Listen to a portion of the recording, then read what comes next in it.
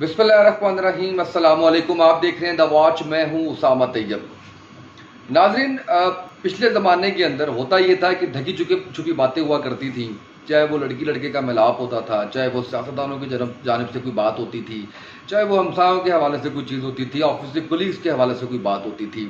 اب زمانہ اس طرح کا ہے کہ جس کے اندر سب کچھ علل اعلان کیا جاتا ہے، سب کچھ سب کے سامنے بیان کیا جاتا ہے۔ مروت جیسے کہ اس سوسائٹی کے اندر سے ختم ہو چکی ہے۔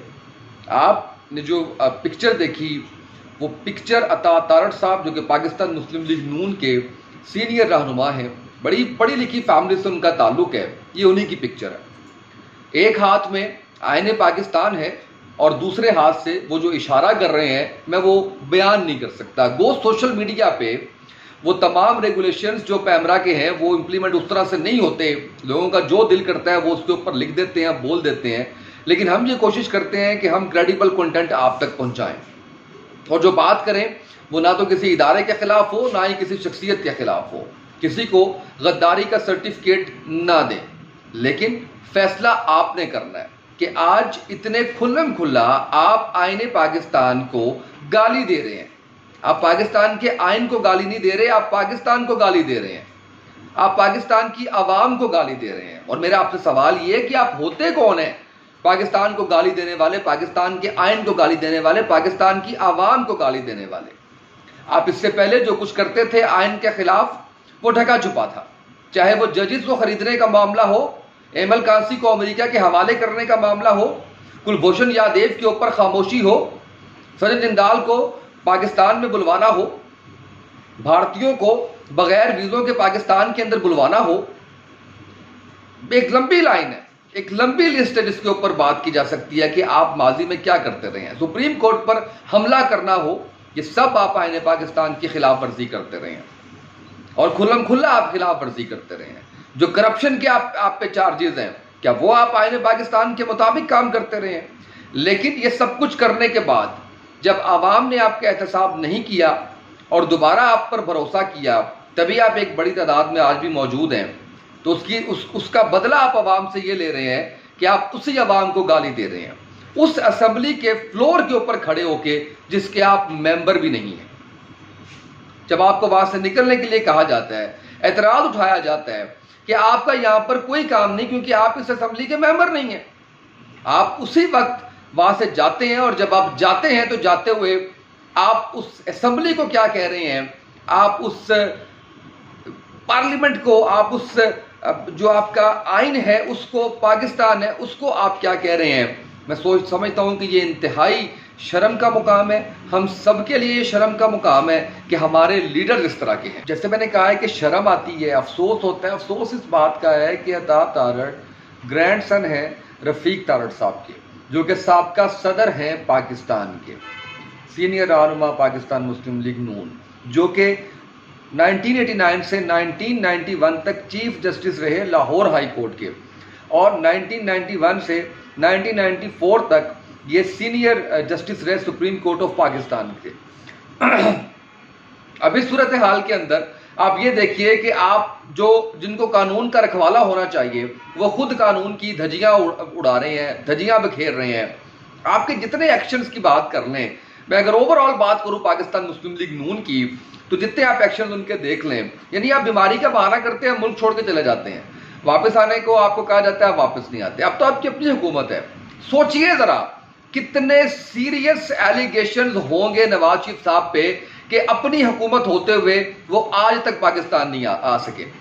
کہنے والے یہ کہتے ہیں کہ اس بات کے اوپر کافی لہدے بھی ہوئی ہے کہ جناب اب ہماری حکومت ہے، پاکستان کیوں نہیں آ سکتا، یعنی وہ اگر آئیں گے تو قانون حرکت میں آتا ہوا نظر آتا ہے۔ اور اتنے زیادہ کوئی ایلیگیشن اور اتنی زیادہ چیزیں سیریس ہو سکتی ہیں ان کے اوپر، جو ان کی اپنی حکومت سے بھی ابھی تک وہ سارے معاملات کنٹرول میں نہیں آ پا رہے۔ تو آپ کے معاملات تو یہ ہیں، اور ان معاملات کے اوپر آپ آئین پاکستان کے اوپر انگلی اٹھائیں گے، آپ آئین پاکستان کے ساتھ یہ سلوک کریں گے، آپ پاکستان کے ساتھ یہ سلوک کریں گے، پاکستان کی عوام کے ساتھ یہ سلوک کریں گے۔ میں سمجھتا ہوں کہ انتہائی افسوسناک ہے پاکستان کے لیے، پاکستان کے آئین کے لیے، پاکستان کی عوام کے لیے۔ اور عوام کو یہ فیصلہ کرنا ہے کہ کیا یہی لیڈرز چاہیے ان کو، ایسے ہی لوگ ان کو چاہیے جو ان کو جوتے کی نوک پہ رکھیں، یعنی آپ اندازہ کیجئے کہ آپ علل اعلان اٹھا کے پاکستان کے آئین کی بے حرمتی کر رہے ہیں. یعنی یہ جس کو ہم مقدس کتاب کہتے ہیں، جس کی ہم عزت کرتے ہیں، احترام کرتے ہیں، بالکل جھنڈے کی طرح، بالکل پاکستان کی طرح، بالکل عوام کی طرح، اس کے اوپر اس طرح سب کچھ کیا جا رہا ہے. اور اس کے اوپر خاموشی ہے، مکمل خاموشی ہے. پاکستان مسلم لیگ نون کے کسی رہنما کی جانب سے اس کے اوپر مذمت نہیں کی گئی، ان کی اپنی جانب سے کوئی بات نہیں کی گئی. یعنی آپ اون کرتے ہیں اس چیز کو. ایک تو آپ بدماشی کرتے ہیں اور بدماشی کرنے کے بعد آپ اس کو اون بھی کرتے ہیں. یعنی اس حد تک آپ جو ہے وہ آپ کے حوصلے بلند ہیں، کوئی ڈر کوئی خوف نہیں ہے. عوام کیا سوچتی ہے کیا نہیں سوچتی، کیا کہتی ہے کیا نہیں کہتی، ان کو اس بات سے کوئی فرق نہیں پڑتا. کیونکہ جس طریقے سے وہ آئے ہیں وہ عوام کے ووٹ سے تو نہیں اس طرح سے انہوں نے یہ حکومت بدلی ہے، رجیم چینج کی ہے. وہ جس طریقے سے آئے ہیں اس طریقے سے وہ دوبارہ آنا چاہیں گے تو دوبارہ بھی آ جائیں گے. 2014 کے الیکشنز کے اندر بھی آپ کو یاد ہوگا کہ نواز شریف صاحب نے ارلی سپیچ کر دی تھی، جس کے اوپر بعد میں کافی بات چیت کی گئی تھی کہ انہوں نے کہا تھا نواز شریف صاحب نے کہ جی ہم جیت گئے ہیں. انہوں نے اعلان خود ہی کر دیا، ابھی ریزلٹس نہیں آئے. یعنی کال آ کے بتا دیا گیا ان کو کہ آپ کو جتا رہے ہیں، آپ جیت جائیں گے.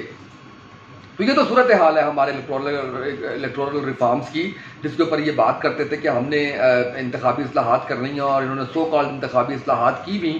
اور وہ اصلاحات یہ ہیں کہ اوورسیز پاکستانیز کے ووٹ ختم کر دیے انہوں نے، اور ساتھ ہی ساتھ EVM ختم کر دیا انہوں نے. تو یہ وہ چیزیں ہیں جو انتخابی اصلاحات کے نام پہ. تو جب آپ کو جمہوریت کس چیز کی، جب آپ نے عوام کے ووٹوں سے آنا ہی نہیں ہے، جب آپ کو عوام کے پاس جانا ہی نہیں ہے، آپ جیتتے ہیں، آپ 5 سال ہوتے کی شکل نہیں دیکھتے آخری 5 سال. اور افسوس اس بات کے اوپر ہے کہ عوام بھی بھول جاتی ہے، وہ چاہے کوئی بھی رہنما ہے اس کے بارے میں عوام بھی بھول جاتی ہے. یہ سب سے زیادہ افسوسناک بات ہے، سب سے زیادہ تکلیف دہ بات یہ ہے. یعنی مجھے یاد ہے کہ جب پاکستان پیپلز پارٹی کی حکومت تھی، میں ایک UK بیسڈ TV چینل پہ کام کرتا تھا اس وقت. تو میں نے ان سے پوچھا، بلکہ وہ پاکستان پیپلز پارٹی کے رہنما ہیں، میں نے ان سے پوچھا اس وقت اپنے پروگرام میں، وہ میرے آئے تو میں نے ان سے پوچھا، میں نے کہا مجھے یہ بتائیں آپ کو لگتا ہے جتنے کرپشن کے ایلیگیشنز آپ پہ ہیں عوام یہ بھول جائے گی؟ کہتے ہیں آپ دیکھیے کہ اگلی حکومت آئے گی سب کچھ بھول جائیں گے. ایسے ہی ہوا، نواز شریف صاحب سب کچھ بھول گئے. عمران خان صاحب کی حکومت آئی، عمران خان صاحب کو لوگوں نے بہت برا بھلا کہا مہنگائی کے حوالے سے، بھول کے سارا کچھ. حکومت چلے گی، ٹائم نہیں پورا کرنے دیا گیا ان کو. اب یہ حکومت آ گئی، لوگ بھول جاتے ہیں. یہی چہرے ہیں بار بار بدل کے وہ آ رہے ہیں. اور اگر کسی نے تبدیلی کی کوشش کی تھی تو اس کا تختہ آپ نے ویسے پلٹ دیا. اور وہ جو سازش کا بیانیہ وہ لے کر آئے ہیں وہ آپ سچ ثابت کرتا ہوا دکھا رہے ہیں. آپ جس طریقے سے اس وقت پاکستان کی اکانومی کے ساتھ جو کچھ کیا جا رہا ہے، آج جس وقت میں یہ ویڈیو بنا رہا ہوں اس وقت ڈالر کی قیمت 205 روپے ہے، اور ڈالر جو فروخت ہو رہا ہے انٹر مارکیٹ کے اندر وہ 207 روپے میں ہو رہا ہے. خبر یہ ہے کہ 250 روپے تک آپ کے ڈالر کی قیمت جائے گی، اور پیٹرول آپ کا 270 سے 300 تک جائے گا. اندازہ کر لیجئے آپ کہ بجلی آپ نے پہلے 10 روپے مہنگی کر دی ہے. ان تمام چیزوں کا امپیکٹ ایک عام آدمی جو ہے وہ برداشت کر رہے ہیں. لیکن حوصلے بلند ہیں، مشکل فیصلے کیے جا رہے ہیں حکومت کی جانب سے. ڈر نہیں ہے، خوف نہیں ہے. کیسی جو ہے وہ کون احتساب کرے گا، کون آئے گا؟ ادارے ہمارے اپنے ہیں، ہم جو ہے وہ نیب جو ہے اس کو بھی دیکھ لیں گے، FIU کو بھی دیکھ لیں گے، تمام اداروں کو ہم دیکھ لیں گے. بس یہ چیز ہے جس کی وجہ سے حوصلے بلند ہیں. میں پھر سے ایک دفعہ کہوں گا کہ یہ ایک سیاہ دن ہے، یہ ایک بلیک ڈے ہے. اور اس عمل کی جتنی بھی مذمت کی جائے وہ کم ہے. اجازت دیجیے، اللہ حافظ.